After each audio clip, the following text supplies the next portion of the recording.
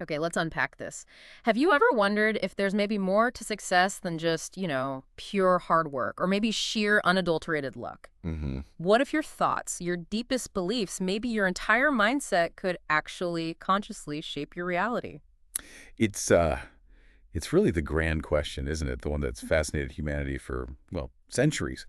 This audacious idea that our internal world might wield far more influence over our external circumstances than we consciously realize, Sure. or maybe than we're taught to believe. Absolutely. And today we're plunging into a truly fascinating collection of sources that explore precisely that. We're talking about the incredible, sometimes deeply controversial power of the mind Right. and its astonishing potential to consciously influence outcomes in our lives. I mean, a level of agency over your reality that might just, well, blow your mind. Indeed. And our deep dive today, it's built on a truly unique sort of mosaic of insights. We're drawing from rigorous scientific research papers, Yeah. academic reports detailing controlled experiments, incredibly personal and often mind-boggling success stories, and also comprehensive newsletters from pioneering programs like the Silva Mind Control Method. Ah, Silva, right? Yeah, developed by Jose Silva, who remarkably began his research all the way back in 1944, down in Laredo, Texas. Wow, that far back. And we're not stopping there with just the structured programs, are we? We're also going to immerse ourselves in the groundbreaking ideas and like real life demonstrations of figures like Helen Hadsell, Oh yeah, Helen Hanso. famously known as the woman who won every single contest she entered. I mean, that claim sounds unbelievable, right? It really does. Yet she apparently systematized this ability through her name it and claim it game. Plus, we'll delve into the profoundly transformative teachings of Neville Goddard, Neville. whose philosophy radically redefined the very nature of imagination itself, basically elevating it to a divine creative power. Our mission today, as always with the deep dive, is really to cut through the noise and meticulously unpack what all these diverse sources suggest about the mind's hidden capabilities, the fundamental nature of reality, and crucially, how you, our listener, might actively cultivate what some people call psychic abilities or psi phenomena. Right, those sort of fringe sounding terms. Exactly. We aim to arm you with surprising facts and practical, actionable insights, providing a true shortcut to understanding a topic that often feels shrouded in mystery. We want to make it abundantly clear why these principles are so profoundly relevant to your life right now. So let's begin to peel back the layers then. Hashtag defining extraordinary coincidence and mind power. Okay, so we often dismiss those odd occurrences, those uncanny alignments of events as just coincidence. But what if there's more to those like eerie alignments than just random chance? Yeah. We're starting by moving beyond the simple dictionary definition, the accidental concurrence of events with no real discernible relation. The sources we've explored propose a much bolder, more provocative idea Which is, that some events are intrinsically related, not by conventional causality, but possibly through what they term the human mind's psychic faculty. It really challenges us to look for connections beyond just, well, statistical probability. that's a crucial distinction. Yeah. Yeah. We're talking about those moments where things just line up in such an improbable, almost eerie way Yeah. that your intuition just screams, this is more than chance. Right. Consider the remarkable account of Dame Rebecca West back in 1972. She was at Chatham House Library, desperately trying to find very specific details on the Nuremberg war crime trials. Okay. Tough search. Yeah, the issue was the library only cataloged these under the general heading of war. So her search was virtually impossible. She was apparently on the verge of giving up, just utterly frustrated. Been there. Right. Then, on a whim, she turned to a completely random shelf, and a book literally fell open directly to the exact page she needed. It contained the precise information she was searching for. No. Yeah. Now, while the source simply labels this a coincidence, the sheer number of such precise, almost miraculous hits when they occur, that's what makes them extraordinary. Right. It suggests a connection beyond mere random probability. That Rebecca West story does sound straight out of a movie, doesn't it? I mean, who Really? hasn't been in a library totally frustrated and wished for that magic moment? Exactly. But hang on, before we get too swept away into what feels like pure magic, the sources give us a crucial word of caution. Important, yes. Because tempting as it is to see magic everywhere, we need to understand what isn't a true extraordinary coincidence first. Many of the eerie coincidences we experience apparently aren't mysterious at all. Right. They're simply probability playing out on a grand scale, an expected outcome of, well, vast human networks. Okay, explain that a bit. Well, this is a powerful, almost humbling reminder of how our human intuition can often mislead us when it comes to true odds, and just the sheer scale of modern interconnectedness. Right. Our sources carefully explain that if you share, say, three seemingly unique characteristics with someone, it might feel like an incredible coincidence when you meet them. But in a global population of billions with complex human interactions, such overlaps are statistically bound to happen frequently. Okay, so it just feels weird, but mathematically? Mathematically, it's expected. It's only when you have a series of such events, or those that seem to defy even these vast probabilities, even within these massive human networks, that looking for another, maybe unconventional explanation might be justified. Most of what we perceive as truly odd is often just the numbers at play, the law of large numbers. But eventually, for those select events that truly stand out, the ones that seem to bend the rules of probability, that's where the deeper inquiry begins. Mm-hmm. Which brings us to the central, sort of extraordinary idea we're exploring today. What if winning a game of chance isn't just about skill or pure luck? What if it's something you could actually influence? Subtly, maybe, but effectively with your mind. What if you could literally train your brain to be lucky? It sounds a bit like science fiction, doesn't it? Yet this is precisely the radical proposition that frames our entire journey today. Take, for instance, the intriguing claims found in the book Alpha Backgammon by world champion Baron Bernenbaugh. Backgammon, okay. Yeah, this isn't just a guide to mastering backgammon strategy. It delves deeply into this very concept. The author asserts that by learning to consciously access the alpha brainwave state, We'll get into alpha soon, I assume. we will, but he says you can not only influence your own dice rolls, literally blanking out numbers that are bad for you or good for your opponent, but you can also subtly influence your opponent's decisions, maybe even their rolls. Seriously, influencing their roles. That's the claim. Bernenbaugh himself claimed his game dramatically improved after applying these principles, allowing him to throw doubles and hit blots almost at will. It suggests that the line between what we imagine and what becomes real can be surprisingly, maybe astonishingly thin when we learn to consciously direct the immense power of our minds.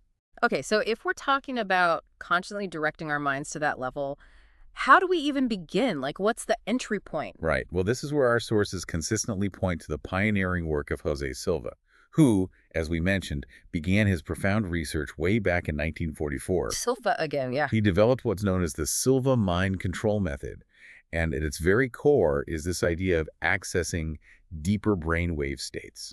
Okay, brain waves. Many people have heard of these, right? Beta, alpha. Exactly. Many listeners are likely familiar with concepts like brainwave states from meditation, maybe neuroscience, or even just popular self-help. We typically operate in the beta brainwave state. That's our normal waking consciousness, characterized by active thinking, logic, problem solving, what Silva described as the outer conscious level. Okay, like we are now, probably. Pretty much. But then there's alpha. It's a slower, more rhythmic brainwave pattern. This state is associated with deep relaxation, heightened creativity, intuition. And it's widely believed by proponents of these methods to be the state used by psychics, artists, even geniuses when they have those flashes of insight. Ah, the aha moment state. Kind of, yeah.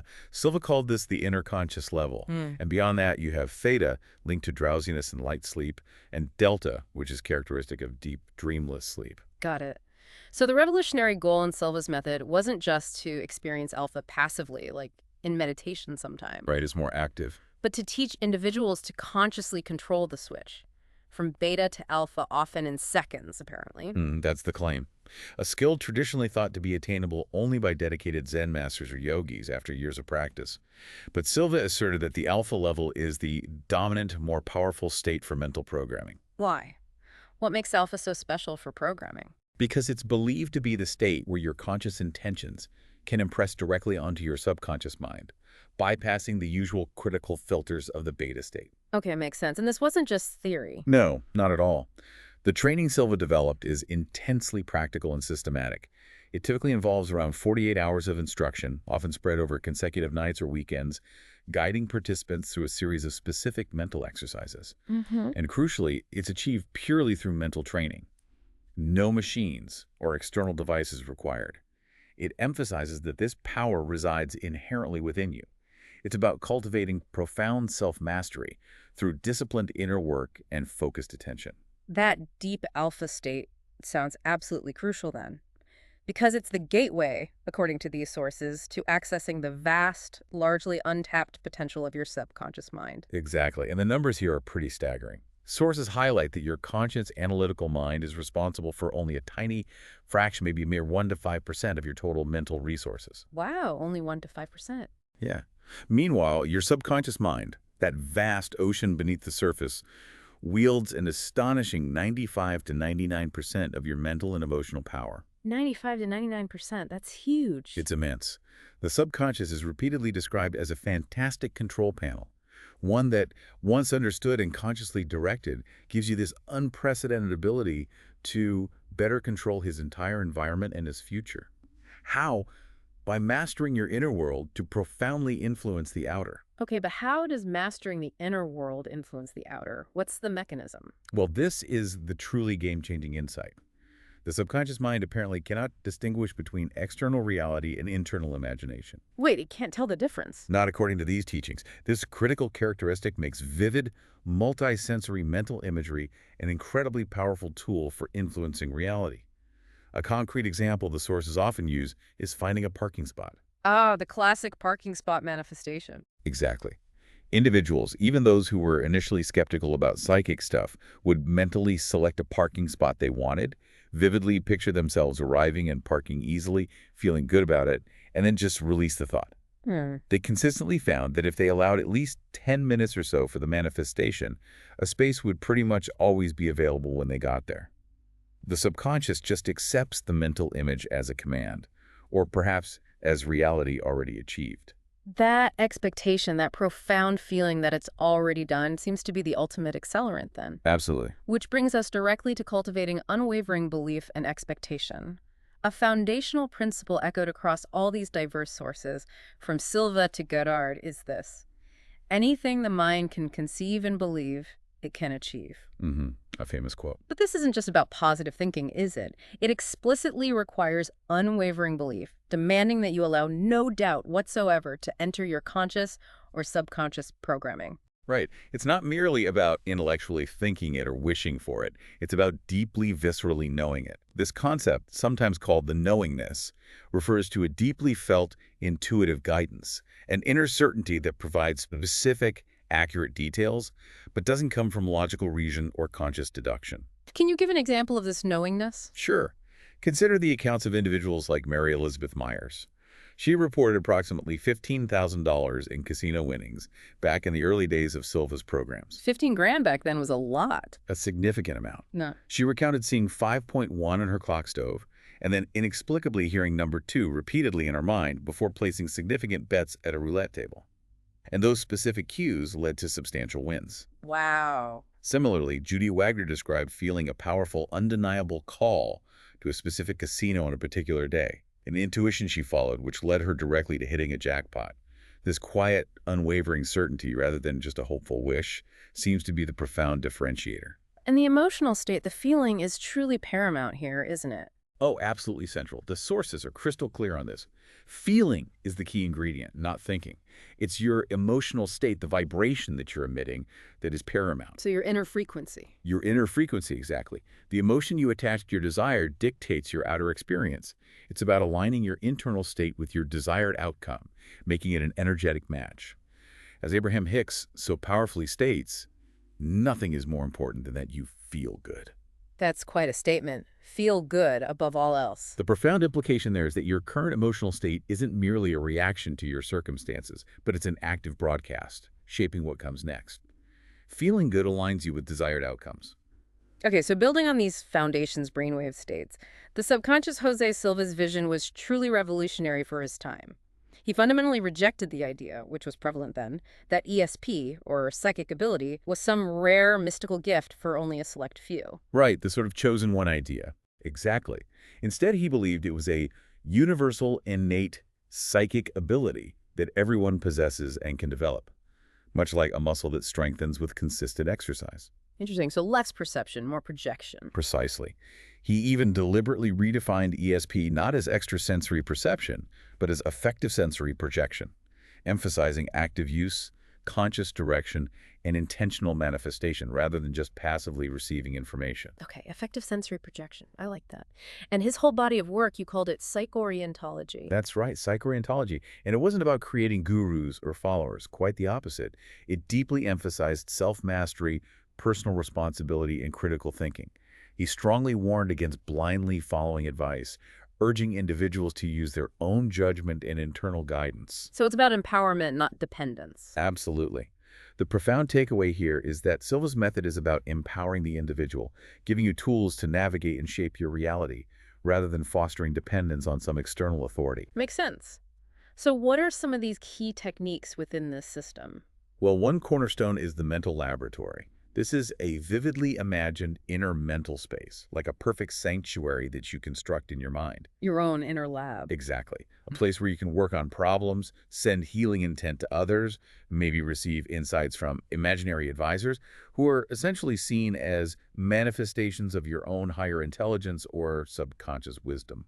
Okay, how would someone use that? Well, an illustrative example cited is individuals using this internal mental space to meticulously diagnose and mentally fix a broken switch in their home, only to find the real-world switch mysteriously working afterwards.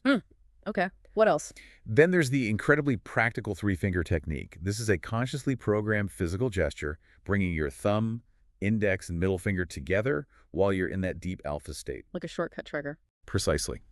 The intention is to instantly trigger enhanced memory, intuition, or problem-solving abilities whenever you need them back in your beta waking state. For example, a student named Berthold reportedly used it to effortlessly recall a girl's phone number he'd forgotten just moments after she gave it to him. He just did the three-finger gesture. Wow, okay, like a mental hotkey. That's useful. And for those tricky real-world dilemmas, Silva taught a powerful technique called dream control for problem solving. This is a systematic three-step process to consciously direct your subconscious to offer precise solutions to specific problems within your dreams. So you can actually ask your dreams for answers. According to this method, yes. The sources are filled with compelling examples. Golf legend Jack Nicklaus, during a major slump, credited a specific dream with showing him exactly how to fix his golf swing, led to a dramatic improvement in his game. Nicholas used this. Interesting. And even a basketball coach, Hector Chacon, reported dreaming up a revolutionary mosquito defense strategy that apparently helped his team win a championship. The tactic came directly from his subconscious in a dream. That's amazing. What about habits and health? Big focus there too, habit and health control. This typically involves a dedicated 40 consecutive days of programming yourself in the alpha state. You vividly imagine yourself completely free of a specific habit like smoking or overeating, and simultaneously immerse yourself in the feeling of enjoying the benefits of that freedom. Silva famously stated, willpower versus imagination, imagination always wins. Imagination wins. Powerful idea. It underscores the superior power of mental imagery over sheer force of will. The sources highlight an impressive reported 42 to 48% success rate in smoking cessation courses that use these alpha-level methods. That's quite high for smoking cessation. It is. And we also find dramatic testimonials of profound healing from serious conditions, including a woman's reported complete recovery from thyroid cancer with metastases after consistent mental programming in her mental lab. Wow. And even a dog's incredibly rapid recovery from a tumor after its owner diligently programmed its healing. There's also Laura Huxley's unique method of transmuting irritating drilling rig noise outside her window into healing energy for her stubbed toe. Just fascinating examples of conscious redirection of mental energy for physical well-being. That noise example is wild. It really speaks to transforming negative input. What about worry? Everyone worries. Yeah, a universally relatable application. Right. Worry control. Worry in this framework isn't just a nuisance. It's framed as a potent form of negative mental programming. How so? Because it perpetuates the condition you're worrying about. You're Yeah. basically programming for what you don't want. Silva offered practical techniques like cancel, cancel, mentally shouting the phrase, or even using a physical rubber band snap on the wrist. Ah, the rubber band trick. Right. Designed to instantly interrupt negative thought patterns and redirect focus onto what is desired. The profound insight here is that you have the power to consciously break the loop of worry and actively reprogram your internal dialogue. That feels very empowering. Yep. Okay, one more thing from Silva.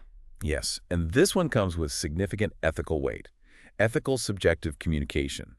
This involves mentally sending messages or projecting consciousness to others' subconscious minds. Oh, okay. Sending thoughts. That sounds tricky. It does, and that's why the sources stress repeatedly and fundamentally this must always be done with good intent for the greatest good of all involved and absolutely never for manipulation or selfish gain. So only positive intention. Only positive, benevolent intentions. A particularly dramatic example given is a father who, despite being a two-pack-a-day smoker for years, completely stopped smoking. Apparently, his son had mentally and persistently programmed him to quit, but with genuinely benevolent intention for his father's health. Okay, so the intention is key. It's about benevolent influence, not control, operating from a place of deep ethical responsibility. Precisely. That ethical boundary is paramount in the Silva method. Okay, now let's talk about a true legend whose life itself seems like a demonstration of these principles. Helen Hadsell. She's introduced as the woman who wins every single contest she enters. Yeah, that title alone grabs you. Right. Her claim to win every single one sounds, frankly, unbelievable to the rational mind. Yet her groundbreaking work, which she systematized into the name it and claim it game, apparently provides a step-by-step framework for conscious reality creation. Mm-hmm. And her connections are interesting, too. People like Norman Vincent Peale, Dr. Joseph Murphy, Jose Silva himself. It underscores her broad influence and deep understanding in this field. So what was her core philosophy for winning life's contests and maybe winning at life itself? It's distilled into a remarkably clear and memorable acronym, SPEC. SPEC. Okay, what's that stand for? Select, project, expect, and collect. While it sounds simple enough on the surface, each step requires deep intention, unwavering focus, and consistent, disciplined effort. It's a powerful blend of clarity, energetic work, and pure faith. Okay, let's break down select it. What does that mean? This means getting crystal clear, unequivocally defining precisely what you truly desire, as if you're placing a super specific order with the universe. Helen emphasized precision, visualizing down to the minutest detail. Aye. She used her husband's desired outboard motor as a perfect example. She didn't just visualize an outboard motor, she specifically pictured his outboard motor, with him happily fishing with it, feeling the joy and satisfaction. The clearer the order, the easier the universe or your subconscious can deliver it. Got it. Specificity is key. Then project it. Yes, this is where you actively impress that desire onto reality, making it feel real now. Hadsell employed a powerful combination of mental visualization and energetic transmission. Energetic transmission. Well, mental visualization meant not just seeing the end result, but immersing all her senses for the outboard motor. She pictured her husband's smile, heard the hum of the engine, even felt the slight rocking of the boat. And energetic transmission involved physically holding an entry form with focused, winning intent, almost imbuing it with her triumphant energy before mailing it. So really putting her energy into it. Exactly. This isn't passive wishing, it's active, energetic intention. Okay, then comes expect it. You said this might be the hardest part. Arguably the most crucial and often the most challenging step, yes. Cultivating unwavering certainty and banishing all doubt. Hadsell profoundly believed that doubts annul all good, strong, powerful, positive currents, acting like chaotic static on your mental broadcast. So doubt cancels it out. Essentially, yes. Her enduring philosophy was that there are no failures, only delays in results. Meaning, a setback isn't defeat, but merely a signal for more focused energy, or maybe a refined approach. To combat doubt, she had practical tricks, like snapping a rubber band on her wrist or mentally shouting, "Cancel, cancel," to interrupt negative thoughts the moment they arose. The cancel again. The insight here is that your conviction acts as the fuel, and doubt is the ultimate deflator. Beautifully put. And finally, collect it. Collect it. So getting the prize. Well, yes, but it's also the process of recognizing and receiving the programmed outcome. It isn't always the final tangible thing appearing out of nowhere. Sometimes it's the moment the universe responds and opens the door, providing the next step, the undeniable sign that your manifestation is en route. Like a signpost. Exactly. For instance, when she received an email accepting her magazine article for publication, she considered it collected at that moment even before it was physically printed. The profound knowing that it was done, the sense of completion, was achieved right then. Okay, spec. Select, project, expect, collect. And her life was full of examples. An ongoing, almost unbelievable series of wins that really seemed to showcase the power of her method. Her very first deliberate experiment was winning her husband's desired outboard motor. in just 10 days, applying every step of spec with unwavering focus. 10 days. Wow. What else? Well, this quick success was rapidly followed by winning a kitchen phone. And, uncannily, when they moved later, she received a check for a year of phone service, even though the phone itself was tied to the old address. It was as if the universe honored the spirit of the wish, not just the letter. That's bizarre. In a good way. Did she win things for her kids, too? Oh, yes. She turned her attention to winning for her children, securing their much-desired bikes. Her son Chris wanted a specific Lindy-Go-Go tie bar. He designed it, and against significant odds, his design won. The culmination was a crucial phone call from the contest organizers asking if Chris was all boy, confirming his eligibility and cementing their win, a seemingly random detail that proved essential. Fascinating. What about personal challenges? Remarkably, she even used her method to triumph over her profound personal fear of flying. She undertook a deliberate die-to-fly program, systematically replacing fear with vivid, positive mental images of effortless flight. She programmed herself out of a phobia. Apparently so. And this personal victory directly led to her children winning grand trips, including her daughter Pam's first-class 16th birthday trip to Paris, a direct manifestation of Helen's own newly cultivated freedom. Paris for her 16th. Nice. But the house story's the big one, right? Ah, yes, perhaps her most legendary win, which has become almost mythical. The Formica Fortress House in Irving, Texas. She won this fully furnished home against truly astronomical odds, over 2 million entries. 2 million? How? This involved meticulous, almost obsessive planning, designing a theme to match Formica's brand, writing a jingle, and even a last-minute crucial adherence to contest rules that required her husband to physically visit the house for the entry to be valid. Her precision and persistence were apparently unparalleled. That's incredible dedication. Did she manifest things outside contests, too? Yes. In an uncanny manifestation that further reinforced her belief, she had a vivid dream about spontaneously appearing on the famous Linkletter show. The very next day, a series of seemingly random events led her to the show, and she not only appeared but won a clock on air. A truly unscripted demonstration of her ability to attract desired outcomes. Just like her dream. And the car accident. That sounds serious. Her miraculous healing from a severe car accident truly put her methods to the ultimate test. In the midst of severe pain and bleeding, she mentally demanded the bleeding stop and actively changed pulses of pain into pulses of healing within her body. Change pain to healing pulses. That's how she described it. This conscious redirection of internal energy led to her remarkably avoiding all painkillers throughout her 2-week hospital stay. A testament to the mind's profound influence over the physical in her experience. Amazing resilience. How did she frame all this? Magic. Helen consistently framed her methods not as magic but as witchcraft, but a clever play on words she defined as wishcraft. Witchcraft, okay. Emphasizing the harnessing of mental energy and intention, not supernatural intervention. And her strict ethical framework was absolutely paramount. She used mind power only for constructive, creative, good, honest, and humanitarian purposes, never for manipulation or harm. The ethics keep coming up. Crucial. She profoundly believed that if she harbored destructive or harmful intentions, she would not be able to function with these powers, suggesting a kind of universal law of reciprocity. Interesting. Any other keys to her method? Her emphasis on self-abandonment, which she defined as a powerful combination of faith plus love, was key to manifesting. She also relied on practical daily rituals, diligently using 5x7 cards with her key goals written on them, and energetically intending success while physically stamping and mailing her contest entries. Her whole life became this vibrant, living testament to applied, unwavering belief.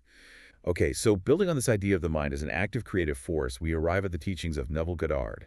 He was a captivating mystic and lecturer from the 20th century whose ideas were truly radical and, to many, audacious. Radical how? What was his core idea? His central, unwavering pillar was this: human imagination is God. Whoa. Okay. Imagination is God. Yes, and this wasn't a mere metaphor or some poetic turn of phrase for Neville. It was a literal, undeniable truth that your imagination is the divine creative power itself, the only God. That's a complete paradigm shift, especially coming from, say, traditional religious or purely scientific viewpoints. Absolutely. Neville had a unique and transformative interpretation of the Bible. He viewed its stories not as literal historical events, but as profound psychological allegories representing forces and principles within one's own consciousness. So the stories are happening inside us. Essentially, yes. So in this framework, the biblical I am is your true identity, making you the creator of your reality, full stop, consciously or unconsciously. Wow. So if that's true, blame becomes obsolete, right? Because you're the source. Exactly. It's a heavy responsibility maybe, but also immensely empowering. Okay, so if human imagination is God, what's the engine that drives its creative power? How does it work? Neville's absolute core, the very heart and engine of his philosophy, is encapsulated in his famous, deceptively simple phrase, "The feeling is the secret." The feeling is the secret. Okay. This means the crucial step isn't just visualizing or thinking about your desire, it's capturing and embodying the feeling of the wish already fulfilled, as if it's already done, as if you are living that reality right now. So it's not just seeing it, it's feeling it as real now. Precisely. And this feeling isn't necessarily ecstatic joy all the time. It can be a subtle inner click, a quiet state of profound satisfaction and naturalness, a deep, unshakable sense of, it is done. How do you get into that state? Did he teach techniques? Yes, several core techniques for what he called reality programming. The first, and arguably most important, is state akin to sleep, or SATS. SATS, okay. This is considered the golden window for impressing the subconscious because it bypasses the conscious mind's critical filter, usually just before sleep or upon waking. The drowsy state. Exactly. The process is deceptively simple. Relax your body, close your eyes, and focus on a short, simple scene that vividly implies your wish is already fulfilled. Like what kind of scene? Well, if you want a promotion, maybe you imagine a friend congratulating you. Or you feel the weight of the new office keys in your hand, something simple that implies completion. You then loop this brief scene repeatedly until it feels completely natural and real, or until you gently drift to sleep within the scene itself. So loop it until it feels real. Does it have to be super vivid? Neville emphasized that vividness is secondary to the profound feeling of naturalness and completion. The feeling is the key. Okay. SATS, what else? Then there's the mental diet. This involves relentlessly feeding your mind only desired beliefs through affirmations, statements repeated internally or aloud until they become your default setting, your unquestioned inner reality. So positive self-talk on steroids. Kind of. Even robotic rote affirmations, through sheer repetition, can gradually build and solidify belief. Our sources also suggest practical strategies, like naming negative inner voices, calling that nagging doubt negative Nancy or whatever, to help externalize and dismiss them. Prevents them from derailing your inner programming. Haha, negative Nancy. Okay, taking active control of the internal monologue. Makes sense. Any other techniques? Yes, a profoundly therapeutic technique Neville taught is revision. This involves deliberately revisiting past events in your imagination and changing them, vividly reliving them with a new desired outcome. Changing the past in your mind. What's the point of that? It isn't about denying history happened. It's about rewiring old beliefs, traumas, and the associated emotional charges at their root. The sources suggest this practice is not only profoundly therapeutic for your own internal state, but can even surprisingly alter your current reality and perhaps subtly shift others' memories or perceptions of those past events. It's like a powerful form of rewriting your personal history to create a better present and future. Whoa. Altering current reality by revising the past? That's deep. Did people get results with this stuff? The sources are absolutely packed with transformative manifestation stories from Neville's students and followers, really demonstrating these principles in action. For money, for instance, one individual successfully manifested $1,500 cash Wow. by simply imagining counting the money in SATS without ever thinking about when or how it would arrive. Another received exactly 700 pounds needed for a specific expense, which appeared serendipitously due to a delayed flight. And in a remarkable case, a film project won $30,000 in development money in under 2 weeks, purely through focused imaginative work. Under 2 weeks for 30 grand. Wow. What about relationships? That's a big area for people. Huge. There are multiple compelling stories of ex-partners returning, sometimes after years of no contact, purely through persistent affirmation and by individuals improving their own self-concept, their own inner state. So changing themselves brought the person back. That's the core idea. It powerfully demonstrates the everyone is you pushed out principle, meaning external relationships mirror your internal state and your conception of others. Users also successfully manifested ideal new partners by focusing on the desired traits and feelings, rather than obsessing over a specific person. Okay, focusing on the feeling, not the person. What about health? For health and physical changes, the testimonials are equally powerful. One user reported curing their ADHD by persistently affirming, "I have a normal, healthy brain," and truly feeling the clarity that came with it. Cured ADHD with affirmations. That's the claim. And a deeply heartwarming story tells of an uncle's incredibly rapid recovery from a stroke after a relative diligently imagined him talking energetically, laughing, moving both arms freely, leading to an unexpected and swift recovery that defied medical expectations. It really speaks to the mind's profound impact on the physical body. That's incredible. And career stuff, too. Yep.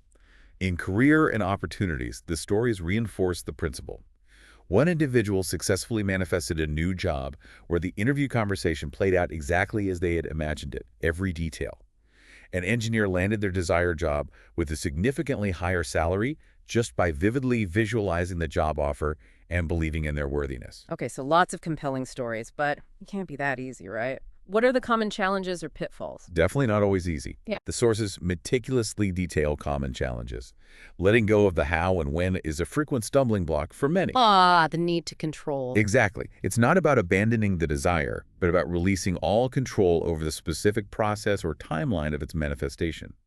As one source bluntly puts it, nothing takes that long, you're in the way, by focusing on its absence or trying to micromanage the universe.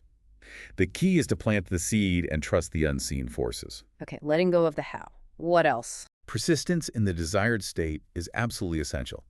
You have to outlast doubt and contradictory 3D reality. It's not a one-and-done thing.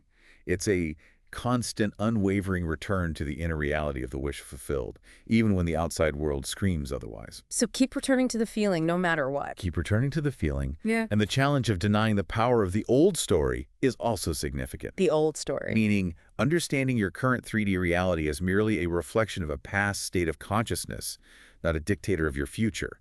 This reframe is powerful, but incredibly difficult for most people to maintain, as we are conditioned to believe what we see as absolute reality. Right, hard not to react to what's right in front of you. Very hard. And crucially, self-worth and deservingness play a huge, often underestimated role. If there's even, say, 10% doubt lurking within your subconscious about your worthiness, then that doubt wins out and can completely sabotage your efforts. It requires unwavering conviction and actively addressing any underlying feelings of unworthiness or self-sabotage. So you have to feel you deserve it. Deep down, yes. Finally, technique obsession is a common pitfall. Focusing too much on the how-to. Exactly. The sources are clear. Techniques like SATs or mental diet are mere tools. They aren't inherently powerful magical spells. Their only job is to help you get into the state of the wish fulfilled. Paradoxically, the sources suggest that sun and ease in your practice are often far more effective than rigid, serious hard work, because they cultivate a naturalness that aligns with the feeling of a wish already granted. Fun and ease. Interesting. So don't try so hard. Sort of, yeah. Less efforting, more feeling and allowing. #tag practical techniques and applications from various sources. Okay, so we've covered the profound philosophical and foundational principles from Silva, Hadsell, Goddard. Now let's get into the nitty-gritty. The practical techniques and their astonishing applications drawn from across all our various sources. Starting with visualization, often described as the mind's mental blueprint. Right. And it's important to stress this isn't just idle daydreaming or wishful thinking. It's about structured, active mental rehearsal. Active rehearsal. Okay. And the basis for this, scientifically, is that the human mind, remarkably, cannot distinguish between the real and the vividly imagined. Brainwave tests apparently show identical patterns, whether someone does something physically or just vividly imagines doing it. So you can literally trick your brain into believing it's already experienced success. Essentially, yes, you're creating the neural pathways. And this profound insight has astonishing implications across various fields, especially in sports and peak performance. Athletes routinely harness this power. We hear about this a lot in sports psychology. Absolutely. NFL kicker Morten Anderson, for instance, spoke about meticulously zeroing in on his target for a game-winning kick. He felt surprisingly comfortable because he'd already so vividly pictured and felt the ball soaring through the uprights countless times in his mind. He'd already made the kick mentally. Exactly. Pro base angler Rick Clunn used visualization to overcome a persistent slump. He didn't just see, but felt himself catching huge bass, literally manifesting a record-breaking comeback. Long jumper Mike Powell, a world record holder, leveraged positive thinking and visualizing difficult jump situations to prepare his body and mind. And baseball player Mark Lemke famously avoided picturing failure at all costs to ensure he could make a winning play under pressure. Even the legendary Reggie Jackson, Mr. October, used distinct mental preparation, almost like a ritual, to turn it on for those high-stakes moments. So it's about pre-programming success. And it's so widely recognized now that West Point, the elite military academy, actively teaches cadets meditation and visualization for performance enhancement in high-pressure situations. West Point teaches visualization. Wow. Okay, beyond elite athletics, how does this apply to everyday health and habits? Well, our sources consistently reinforce the mind's innate ability to influence physical health and break deeply ingrained habits. This ranges from managing everyday ailments like headaches and minor pains to facilitating remarkable healing from serious conditions, like we saw in the Silva Method's testimonials. Right. The core principle is about consciously priming yourself, getting your internal state to match the feeling you want, often by directing focused healing energy to specific areas of the body. It's a profound reclaiming of internal agency over your physical experience. And this power extends to money and career too, presumably. Seamlessly, yes. This is often tied into the widely discussed law of attraction and one's self-concept, that deep-seated belief in your own worthiness and capability. Ah, the law of attraction, like The Secret. Exactly. The Secret phenomenon, widely popularized by Oprah, introduced countless people to the idea that what you think about, you attract. And while it definitely faced valid criticism for oversimplification, Yeah, I got some flack. it did. But our sources reveal that its core premise taps into a profound truth echoed across various disciplines we're discussing today. From Neville Goddard's Feeling is the Secret to Abraham Hicks's vibrational alignment. The issue wasn't necessarily the core idea, but often the omission of the crucial nuances and steps, like persistence and letting go of the how, that we've delved into. Okay, so the core idea holds, but needs the deeper understanding. Now, what about energetic resonance and vibration? You mentioned Abraham Hicks. Yes, this is a central theme, most famously and expansively taught by Abraham Hicks. The fundamental core idea here is profound. You are electricity. You are vibration. We're energy. Basically, yes. Every single thought you think and every feeling you experience emits a distinct signal of frequency into the universe. And the universe, acting like a perfect mirror, then attracts experiences, circumstances, and people that precisely match that frequency. Like attracts like. So change your vibration, change what you attract. How do you do that? Well, Abraham Hicks offers several powerful processes. The rampage of appreciation is one. This involves actively focusing on and maybe even vocalizing positive aspects in your life, no matter how small, to deliberately shift your vibrational set point away from lack and toward abundance. Just focus on the good stuff. Actively, yes.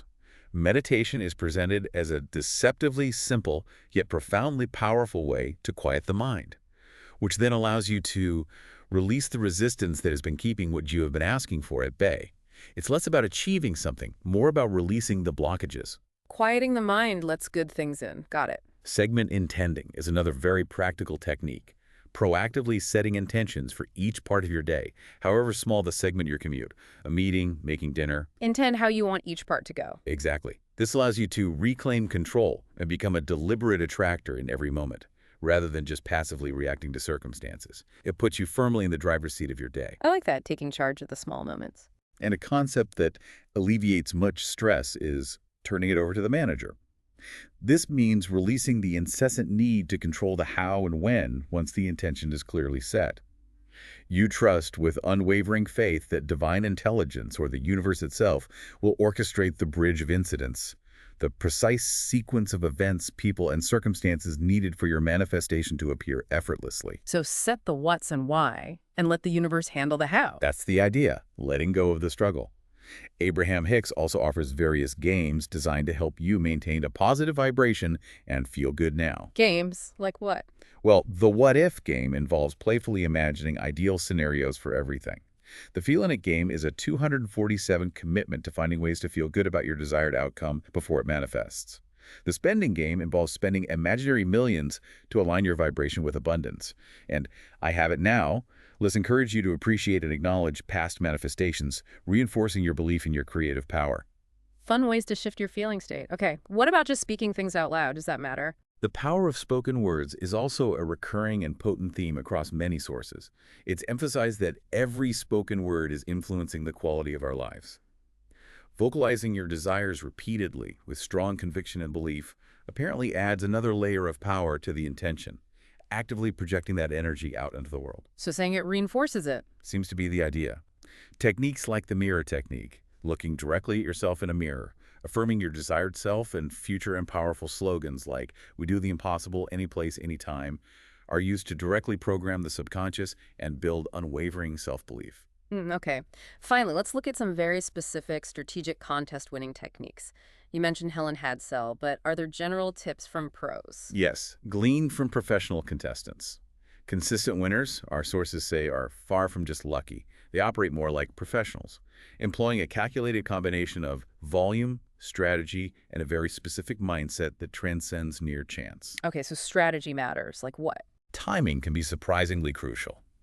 Professional contestants often advise you to enter as late as you can, Why late? to ensure your entries end up on top of the pile, making them more visible to judges sorting through potentially thousands of entries. Ron Starnes, a veteran contest winner, even claimed that for second-chance entries, entering at the very last minute effectively eliminates about 70% of the competition, as most people enter early. Interesting tactic. What else? Detail and research are absolutely paramount. The rule is simple: obey all the rules, meticulously. This includes deep product understanding for slogan contests. There's a classic anecdote about a dial soap contest where a winning contestant wasn't just clever. She reportedly used the soap for weeks, immersing herself in its feel and scent before writing a perfectly aligned winning slogan. Wow, method acting for contests. Kind of. Conciseness is also key. Every word must go to town, as is originality. Deep Down Dirt was a winning slogan example from the sources. Okay, pay attention to rules, be creative. What about scams? Contests can be shady. Oh, very important. Avoiding scams is vital. The sources provide crucial warnings. Beware of shady practices, contests that suspiciously require purchases to enter, and never, but never, pay upfront fees for a supposed prize.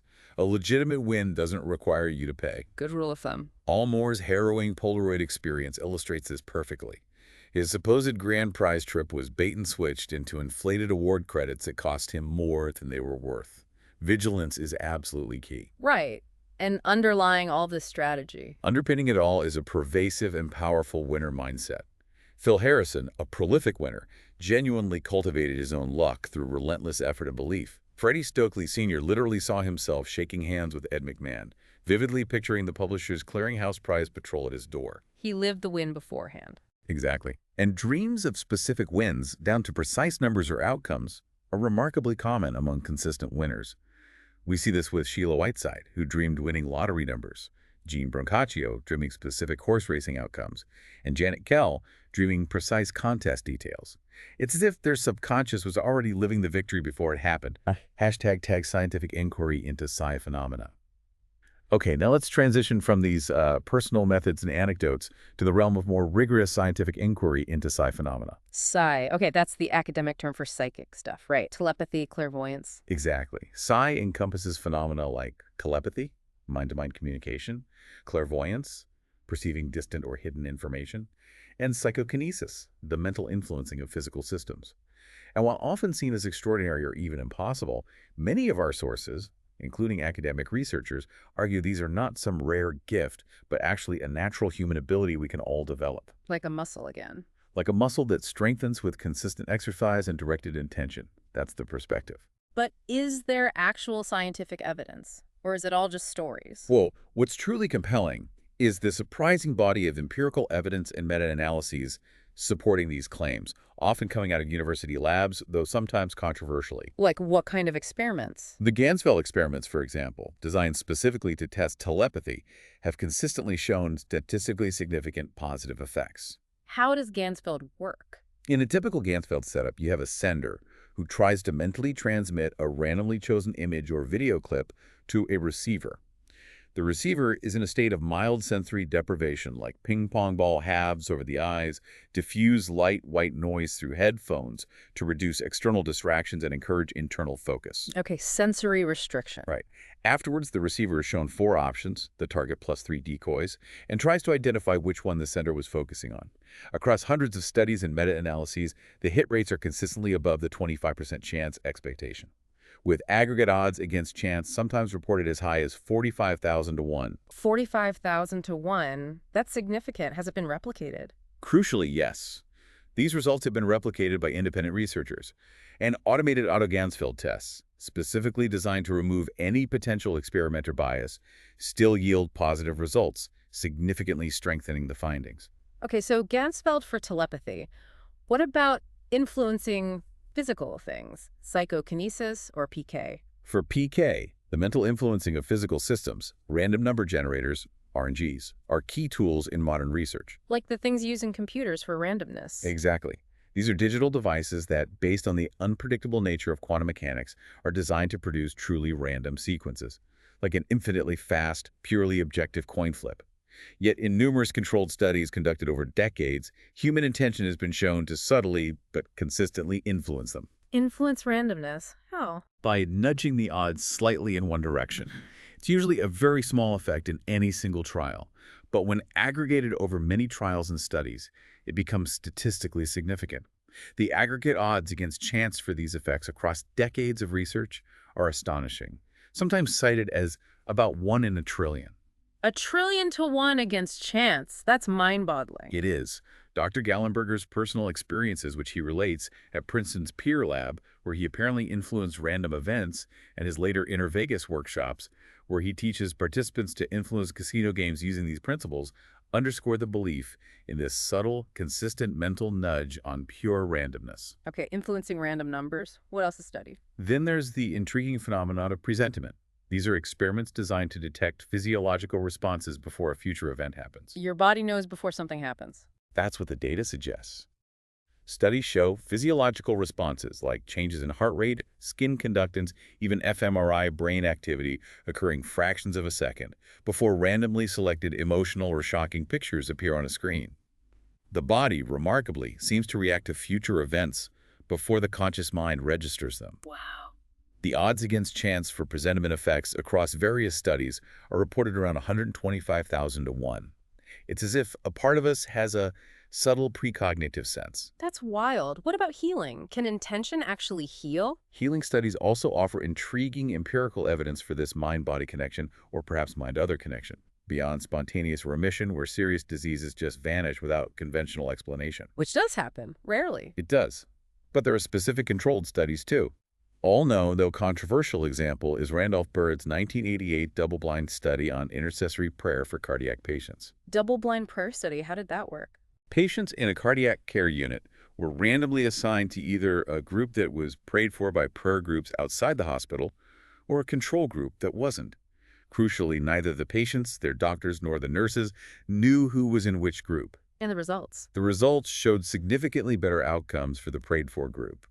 They needed fewer antibiotics, had fewer episodes of pulmonary edema, required less intervention overall. While highly debated, it points towards a potentially detectable effect of directed intention, even at a distance. Okay, very interesting. Is there anything looking at this on a bigger scale, like collective consciousness? Yes, perhaps most intriguing, given its global scale, is the Global Consciousness Project, GCP. This is a network of over 100 random number generators, those RNGs we talked about, located in dozens of labs across the world. They're continuously running and collecting data. A global network of RNGs. Why? The project looks for correlations between deviations in the randomness of these machines and major global events, things that capture the attention and emotion of millions of people simultaneously. Like 9/11, major natural disasters, global meditations. And does it find anything? It has shown significant deviations from chance expectation during major global events. The data suggests that when millions of minds focus on the same thing, especially with shared emotion, it might create a coherent field that subtly influences these sensitive physical systems. Wow. Implying that collective human consciousness might be a real detectable force in the physical world. That's the implication, yes. It hints at the astonishing possibility that shared emotion, intention, or attention on a global scale could subtly impact the very fabric of physical reality. These findings sound like they challenge standard physics. Is there any connection there? Well, these empirical findings lead to fascinating, albeit still speculative, parallels with modern physics, particularly quantum physics. Concepts like entanglement, what Einstein famously called spooky action at a distance, where two particles remain connected and influence each other instantly, regardless of distance. And the observer's role, where the act of attention or intention seems to influence outcomes at the quantum level, offer intriguing theoretical frameworks for how psi phenomena might operate. It doesn't prove anything, but it makes the ideas perhaps less outlandish within a modern physics context. So physics is getting weird enough that maybe this isn't so impossible? Some physicists argue that yes, the idea that the universe begins to look more like a great thought than a great machine, as pioneering physicist Sir James Jeans put it decades ago, supports the concept of awareness being fundamental to matter and energy. It suggests an interconnected universe that can be directly experienced and influenced by consciousness. But despite all this, there's still a lot of skepticism, right? Oh, absolutely. The sources acknowledge persistent and often entrenched skepticism within mainstream science. They point to notoriously stodgy peer review boards and highlight methodological flaws in some of the early research as reasons for this resistance. Fair criticisms in some cases. Sure. However, proponents argue that rigorous meta-analysis, which statistically combines results from multiple independent studies, can indeed uncover a real signal hidden in all that noise, revealing consistent effects that individual studies, especially if small or flawed, might miss. So the overall picture is stronger than individual studies. That's the argument from meta-analysis proponents. And a profound insight offered stemming from this resistance is that perhaps people who do not wish to see psi will in fact not see it, suggesting that entrenched confirmation bias can filter perception through existing worldviews, effectively blinding individuals to evidence that challenges their core beliefs. We see what we believe, or what we want to believe. It's a powerful statement about the human tendency to dismiss what doesn't fit our current understanding. Yeah. Hashtag ethical considerations and responsible use. Okay, so if the mind has even a fraction of this potential power, we absolutely have to talk about ethics and responsible use. This can't all be positive, surely. No, and that's a crucial discussion. It's not only unavoidable, but paramount. The sources meticulously detail the historical misuse and potential dangers, particularly concerning hypnosis and broader forms of mind control. Hypnosis gets a bad rap sometimes. And perhaps for some historical reasons. Early scientific commissions, like those investigating Franz Mesmer back in the 1700s, explicitly warned of the danger of unscrupulous practitioners taking advantage of patients. Concerns were raised that it could lead to robotic, automatic, and absolute obedience. Wow, that sounds extreme. There were even more disturbing concerns about influencing individuals to commit crimes. Unsettling historical cases are mentioned, like Adam and Zebedee, who were said to be compelled to steal under influence, and a Mrs. E, who allegedly committed arson under hypnotic suggestion. Man. Now, historical accounts can be tricky, but these examples serve as stark warnings about potential misuse. Yeah, definitely cautionary tales. Do the claims get even more extreme? They do.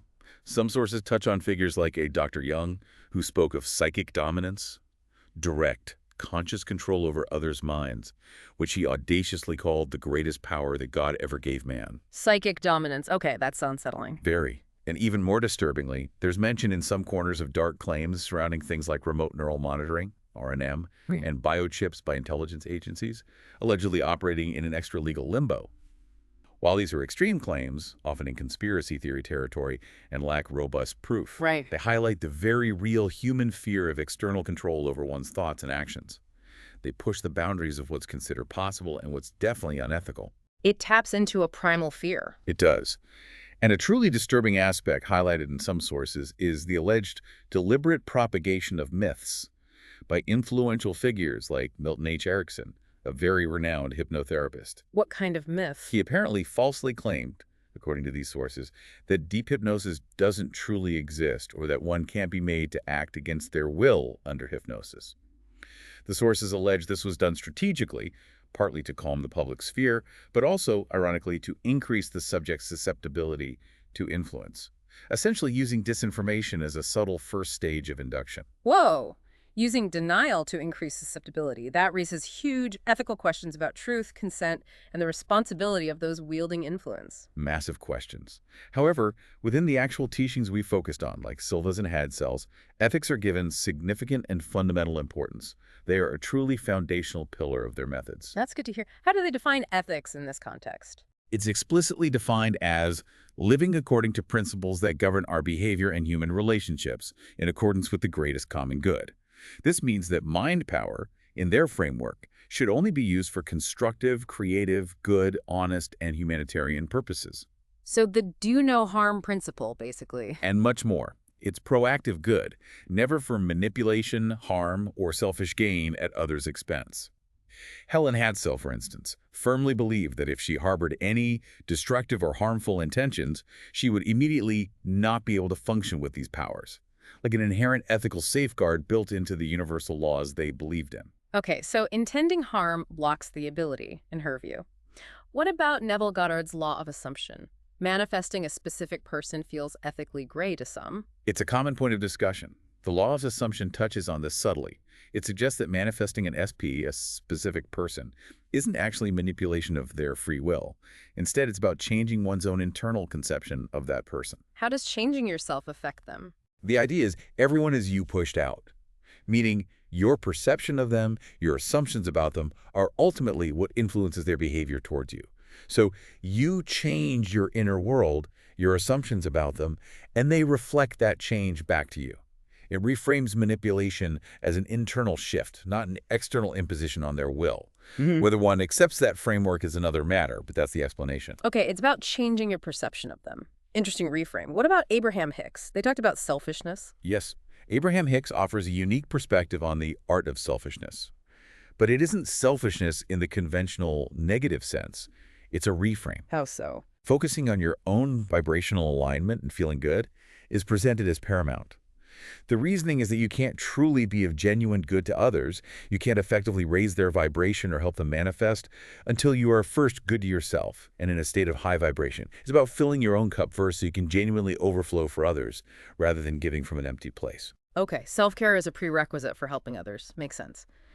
So, lots of power, lots of ethics. Are there any final warnings or cautions? Absolutely.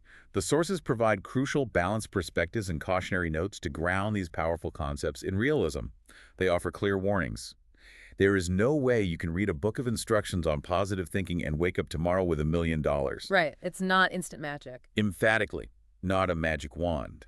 Mind power, while potentially potent, doesn't cancel the need for effort and action. As one source puts it starkly, if a conflict exists between what we want and what we are doing, the thing we are doing tends to win. Consistent action aligned with your intention is vital. You can't just sit and visualize if your actions contradict your desires. Okay, you still got to do the work. Pretty much. Concerns are also raised about the potential dark side of the guru business, where certain movements might inadvertently, or perhaps deliberately, perpetuate a loser mindset in participants just to sell endless solutions, creating dependency rather than genuine empowerment. Yeah, be wary of endless programs. Right. And scientific skepticism is acknowledged again. While some research shows promise, official bodies like the Army's National Research Council formally dismissed telepathy and mind over matter as scientifically unfounded in past reviews, highlighting the ongoing debate and lack of mainstream acceptance. So the scientific community is largely unconvinced. Largely, yes, despite the pockets of research we discussed. And finally, Jeremy Sherman's warning to entrepreneurs serves as a crucial reminder. While positive thinking is helpful, blind optimism can lead straight to failure. A blend of belief and grounded realism is often the most powerful and sustainable approach. Don't ignore real-world feedback. #outro. So we've really journeyed through an incredible landscape today, haven't we? Traversing the mind's profound potential from ancient philosophical wisdom right through to modern scientific inquiry and these deeply personal triumphs. We've seen how focused visualization, unwavering belief, and conscious intention are consistently presented as central to shaping reality. Yeah, influencing everything from astonishing lottery jackpots and contest wins with people like Helen Hadsell to peak athletic performance and even apparently profound personal healing. Exactly. The consistent thread weaving through all these diverse accounts, from the meticulous methods of Hadsell to the radical teachings of Neville Goddard and the systematic approach of the Silva method, is this pervasive and compelling belief in the mind's extraordinary, often really underestimated, impact on our outer experience. It's a fascination that definitely cuts across cultures and centuries, doesn't it? Yeah. It points to this deep human desire for agency, for purpose, and, well, for a sense of control over our own destiny. Absolutely. And as you, our listener, reflect on this deep dive, maybe consider this provocative thought. If your mind truly cannot distinguish between the real and the vividly imagined, and if your focused thoughts and unwavering feelings genuinely possess the power to influence and manifest your reality, what profound responsibility does this place on you? What implications does this have for how you choose to spend your mental and emotional energy each day? That's a big question. Where are you putting your focus? And further, what if those abilities we sometimes casually dismiss as psychic or, extraordinary What if they aren't extraordinary at all? Right. What if they're a natural, inherent part of being human?